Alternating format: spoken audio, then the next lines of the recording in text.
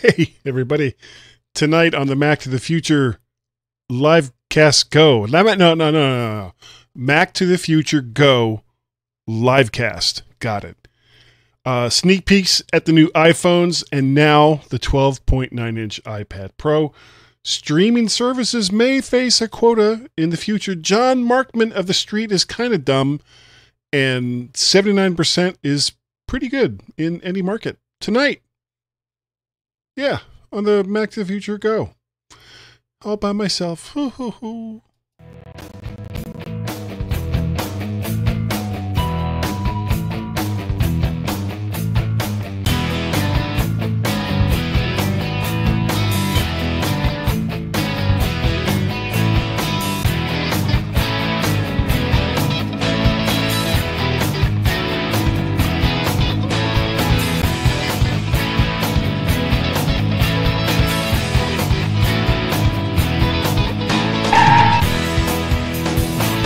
Okay, hey, how's everyone doing tonight?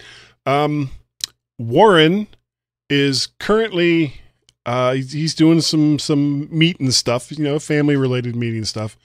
Tried to get a hold of David Ginsburg, but he and Barry are at a baseball game because that's apparently more important than doing this.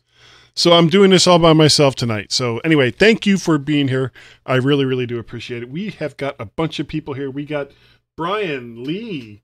David is actually apparently watching from the baseball game. David Avery, Michael Lacey, dude, and Marcus Benjamin. You're all here. Thank you so very, very much. I'm just going to get right into it. But before I do, I have to right a wrong. On the last mymac.com podcast, I was talking about all the stuff that happened with the weekend that I wasn't there, with the wedding that I went to in New Jersey, and I forgot to mention, and I cannot believe that I forgot to mention this with everything else that was going on, that Warren and I actually managed to get together and have a drink at one of the pavilions right there in the Jersey Shore. The hotel that we were staying at when this was in Balmar, New Jersey, it's right there on the Jersey Shore. He and his wife own a house that is like 2 blocks away. And so we just happened to be there on the same weekend. And we couldn't get together on Saturday night because of all the wedding stuff that was going on. And Sunday morning for breakfast, we had to meet up with the bride's mother and stepfather and another family friend. But after all that was done, Warren and I got together for, unfortunately, it wasn't that long. We didn't have a whole lot of time because my wife and I had to scoot and get on over back to the house. So I wanted to write that. I'm very sorry, Warren. I can't believe that with all the craziness that I was talking about that happened that weekend, that I left out the fact that you and I actually managed to get together. That was wrong of me, and I fully accept the blame. Yes, I do. Let's see. Marcus is at the Mall of America, Apple Store, waiting for a 5S repair. And if you have a 5S, it's probably in need of repair. But I'm going to move on. We have an Apple event that's coming up September 12th. And besides, of course, the new version of the Mac OS that's expected, and the new version of iOS that's expected, and of course, 1, 2, maybe 3 new phones, including one that is supposed to be like 6.5 inches. How freaking crazy is that? That's like, here's my phone. I have an 8 Plus. Here's my phone. It's an 8 Plus, and I'm very happy with it. I like it a lot. Uh-oh. It says I have to sign in. Okay, 6 there. Okay, so I have a 6 Plus, and I'm a 6 Plus. I had a 6 Plus. It's an 8 Plus. I'm very, very happy with it. In order to get me to spend even more money on a new phone, it would really, really have to be pretty spectacular. And yeah, not going to happen. However, my iPad Pro is a first gen. That's a 12.9 inch. So if the new iPad Pro is got some really, really cool stuff, maybe I'll consider that. But, honestly, some of the stuff I'm reading here, I don't know. So the new iPad Pro still has the smart connector, which allows you to connect to certain devices that also have a smart connector without having to rely on Bluetooth, like keyboards and the like, is being moved, according to these rumors, being moved to the bottom of the iPad instead of on the side where it currently is. This is supposedly because Face ID won't work when the device is on its side, and this makes absolutely no sense to me, but okay. So no home button and no notch either, because it's a much larger device. They had room that the iPhone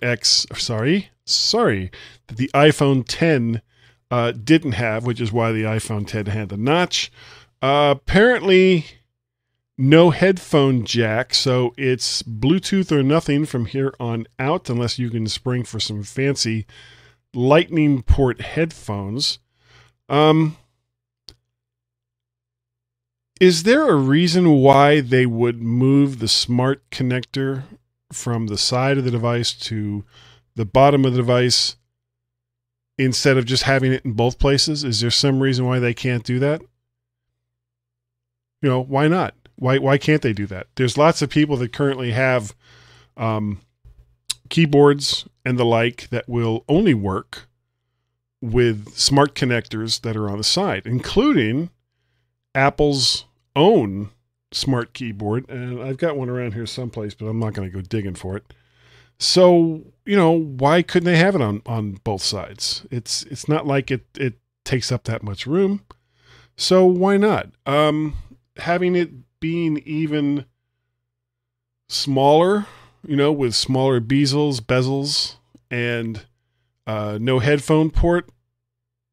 Okay, the headphone port doesn't really surprise me, since that's been kind of, in the works, coming anyway with everything that Apple has done with the phone. You got the 10 and actually, which phone was it that first didn't have a headphone jack? Was that the 7 or? Yeah, I think it was the 7 that was the first one that didn't have a headphone jack. But you still have the Lightning port, unless they eventually move it to USB-C, which I could see them doing. See what I did there? See what I did there? Mostly because it gives them a way to have a standard port on all of their devices. And so that kind of I would think that would make it easier to sort out in logistics, things like, okay, well, instead of having, a couple of USB ports and an Ethernet port, which is, they've also gotten rid of, and a power port and all the rest of that, you give someone in a MacBook Pro, you give them 2 to 4, depending on the size of the device, combo USB-C / Thunderbolt ports. And you pretty much have everything covered, because there isn't much that you can't do with a Thunderbolt port as far as emulating all of those other ports. I mean, you just need the dongles until the manufacturers of third-party devices figure out a way to create devices that use USB-C or Thunderbolt. And it's already kind of happening. Audio is kind of lagging behind most everything that requires something like USB is sticking with USB-A or USB-B. I actually just picked up, now, I'm still using my Heil PR40 because I just love this mic. But I heard a lot of good things about this mic right here. This is a newer NW3U. It's a USB microphone, so you don't have to have an audio interface like you do with some of the other ones. And I've been kind of trying it out a little bit. I'm not going to do anything with it right in here on the air, mostly because the easiest way for me to do that on the air is to plug it into the Behringer UMC 204 HD audio interface that I have. But that's not a USB friendly device except for an output. So I can't really plug this in and plug this in at the same time. unless I go over to Audio Hijack, which coincidentally I was kind of doing a little bit later or earlier, but I don't want to screw with that right now. Maybe I'll do something as far as the test goes and put that out on another day. Let's see who else we got. Donna Bradley. Jocelyn has joined us. Hi, Donna. Donna is a dear old friend of mine, going all the way back to when I was 6 and she was 5, and she knocked out one of my teeth because I kissed some other girl. Yeah, so that happened. We also have Barbara. Barbara's here. Frank is here. Warren is here. Hey, Warren. So, it's great that there's so many people that have joined me here tonight on the Mac to Future show. I really appreciate it. So, what do you guys think about this new iPad? Do you think that Apple is going to go without a home button just for smaller bezels? I can't ever get that right. They could, and there's no reason why they wouldn't. Some of the rest of this, I don't know. Let me bring up, I forgot to put this on. There we go. That's the link to the story. And I've never heard of this site before, smartprice.com. So I don't know if it's a new service or it's just one I've never heard of before. But I do have other stories to talk about tonight. And this one, I don't know what to think about this. I am all for local content for local consumption, but it kind of bothers me when it's done by committee or when it's done by force instead of it being more natural. And this is something I read about on Apple Insider, where there's a bill going through the European Union right now, the EU, that wants streaming services to offer 30% or more local content if this proposed bill goes through. So Apple, Google, and Amazon would have to make deals with content providers in each individual country separate from the content copyright holders of other countries' content in those countries. And, the way this kind of works is Universal Studios puts out a new Jurassic Park movie, and they own the copyright to that in basically everywhere. However, and I think it's for tax reasons, they kind of share it, but the companies that they share it with kick money back to them. So whether it's really sharing or not, I don't know. But essentially, in order for France or Germany or Poland or Greece or Russia or so many of these other countries to have access to Jurassic Park, well, they have to go through the company that Universal Studios has set up with the copyright for that movie in that country or that region, depending on how it's all set up. So Apple and Google and Amazon, when they show content, when they stream content from their servers, they have to, damn it, it says that the live video is interrupted again. Well, I'm just going to keep going. They have to, in essence, has performance issues. Yes, I know, Mimo Live, and I know it's not your fault. It's stupid Verizon making things difficult, but because this is also hopefully recording, I'm just going to keep going. So they have to make the deal. They have to make the deal with whatever company that Universal has set up with those copyrights. And then Apple and Google and Amazon and every other streaming service has to also make deals in that country for those rights to show it to people in that country. So it's not just a question of all of these companies going to Universal and saying, I want to show this movie all over the world. No, they have to make individual deals with different companies everywhere. So in order to have local content also available on their streaming services, they have to make these same kinds of deals with content copyright holders in all these same countries. And it's not typically going to be the same company. So, it adds a layer of complexity that I don't really think that Apple needs or deserves, but they're going to do it anyway. And yeah, I know that the stream has been interrupted, and there's really nothing I can do about it unless I go ahead and shut off this recording. But because I think this is going to be kind of short anyway, I'm just going to continue on. But before I do that, what I'm first going to do is show a little ad. And when I come back, we have two other things to talk about. And we'll talk about them then. Be right back.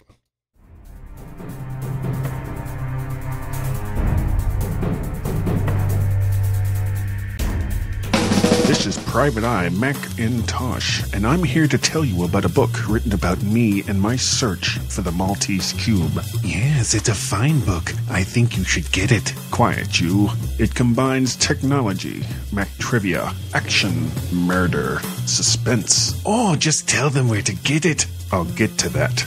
Romance, film noir detective fiction. I can't stand it anymore. It's called The Maltese Cube, and it was written by my Mac writer and podcaster Guy Searle. Find it on Amazon. It's only $2.99 and coming soon to the Apple's iBook store. Don't forget, it's The Maltese Cube and so inexpensive. You know you're not in it, right? I mean the next one, right? Sure thing, Louie. You know, this could be the start of a beautiful friendship. Get The Maltese Cube on Amazon and soon in the iBook store.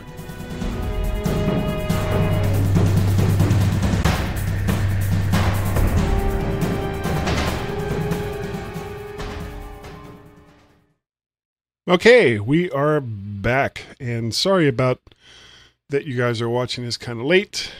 Or actually, you're not able to watch it at all right now because of Verizon continuously interrupting my internet service here this evening. But there's no other way for me to continue otherwise because I will interrupt the recording, and I'm not going to do that at the moment. So the next story has to do with Apple privacy. This is a story by Jon Markman from The Street, and this is... there's the only thing worse than an Apple fanboy writing a story or talking about Apple is someone who doesn't like Apple and can't be objective when it comes to Apple. They basically have their own agenda to push out. And that's kind of what Jon Markman is doing, writing for The Street in a not very subtle article that says Apple's claim for caring about users' privacy is a sham, I say, because they are forced to follow the rule of law in countries where privacy is barely a second thought to those users' government. Now, every single company looking to do business in another country has to follow the laws of that country. There is no escaping that. And China is the world's most populated country with a growing middle class.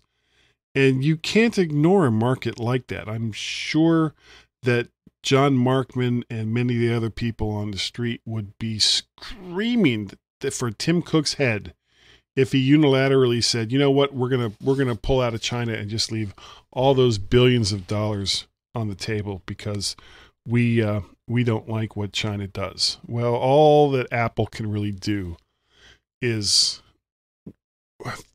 what they're allowed to do by the laws of that country. Now, Markman, I guess, would have Apple pull out of that market because he wants to equate Apple's public statements about user privacy, which they have adhered to more than any other company in recent times, with them also having to make a profit. Apple has stood up to nearly every single government and private agency that has wanted them to make getting at users' data easier when allowed to by local laws. Now, China's laws are not U.S. laws. And let's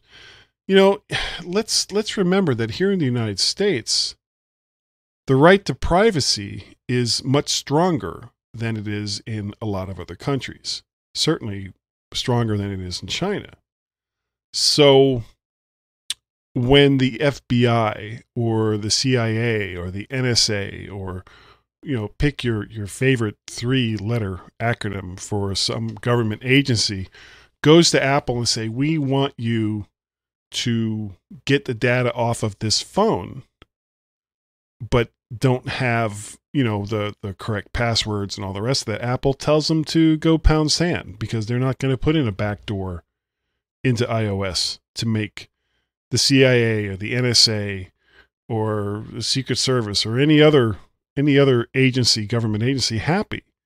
That's not what Apple does. Now, they still have to follow the rule of law, but unless these agencies can either backdoor a solution, which some say that they have done in the past, or pass legislation that won't violate the Constitution of the United States to force Apple to put in some kind of backdoor, they're not going to do it. And Apple not doing it means that other companies, such as Google with Android, also will have, the kind of the backbone to stand up. So, Mr. Markman, there's nothing Apple can do here. This is somebody else's country. And unless you're willing to go over to China and force them to change their laws in regards to user privacy, then you probably shouldn't complain when companies that have to follow the rules of law in order to sell in those countries still have to do whatever it is that the countries tell them they need to do. Now, last story for the evening. Apple has 79% of the mobile market when it comes to business transactions. This is a something I saw in 9to5 Mac, and there's some stuff here that's kind of surprising. Now, it's obviously Apple doesn't dominate with desktop computers in either the home or business, certainly not in business, and certainly has a relatively small amount of devices in comparison to Android in the overall mobile market. Now, they are one of the larger players in that market because with Android, every single device that's sold with Android on it can come from a plethora of different countries, but every single device that's sold with iOS comes from Apple. So Apple has 100% share of the iOS market. But there is one important market where they are absolutely crushing the competition, and that's business with mobile devices. And they're at like 79% of the market. So 79% of all devices that's used in business is an iOS device, and 60% of those are iPhones. Of the top 10 devices used in business, according to this story, Apple's products are listed in the first 5. And as important as the home market is, the business market kind of reflects a longer-term investment by these companies, because they don't just willy-nilly switch between different platforms. They could get much cheaper devices with Android and go to 100 different companies for those devices. But under the bring your own device policy that so many companies are kind of favoring these days, apparently 79% of the people that are able to choose their own devices are choosing Apple devices. So, that's good news for Apple. Now, yeah, you know what? I think that's going to about do it for this evening. I apologize for the fact that, you guys are kind of watching this secondhand because Verizon has messed up my internet this evening. Not for the first time. So I'm just going to move on. You can find Warren Sklar, my usual co-host over there on the Facebooks. You can find me if you would like to send me a comment. Of course, I'm also on the Facebooks and in the Mac to the Future group. My email address is guy@mttfgo.com. I am Mac Parrot on the Twitters. You can reach me via a Skype telephone number, which is 703-436-9501. If you would like to support some of the stuff that I do, and that would be greatly appreciated, you can become a patron of the stuff that I do. Just go over to patreon.com, look for Guy Searle or Mac Parrot. You can also, if you just want to make a one-time donation, and either one of those is fine with me, I really appreciate the fact that you do so. You can go to Ko-fi, ko-fi.com, and look for me there, Guy Searle or Mac Parrot.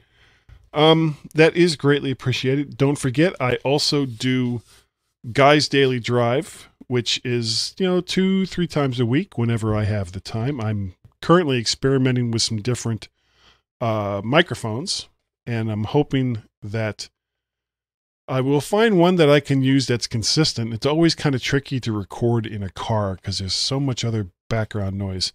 The latest one I did, I believe, was yesterday, and I just need to edit it and get that up. It'll be available both on YouTube, which, as well as this video will be available on YouTube, as well as over there in the iTunes if you look for me with Guy's Daily Drive. I wondered, am I back on again? It's kind of saying I am, but saying I'm uploading again, I don't know. I'm not going to worry about it, though, because reasons. Yeah. So, thanks for watching, or I don't know if you're still watching at this point, but I really appreciate the fact that you have taken the time to watch the Mac to the Future livecast. Mac to the Future Go livecast. That is greatly appreciated. Thank you. And I will turn this off. Come on, go away, you. I will see you all next time right here on Guy's Daily Drive.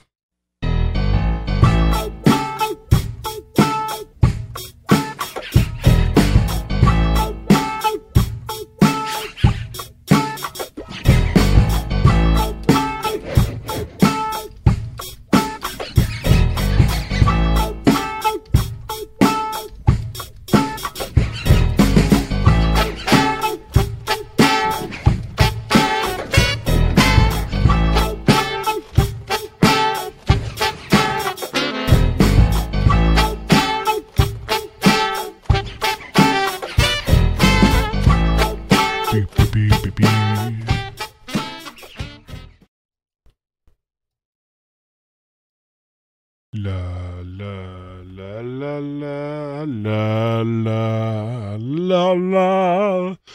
Yeah, this is me making time just to make sure that it's recorded everything. And I think it has. So I'll probably be back. Maybe.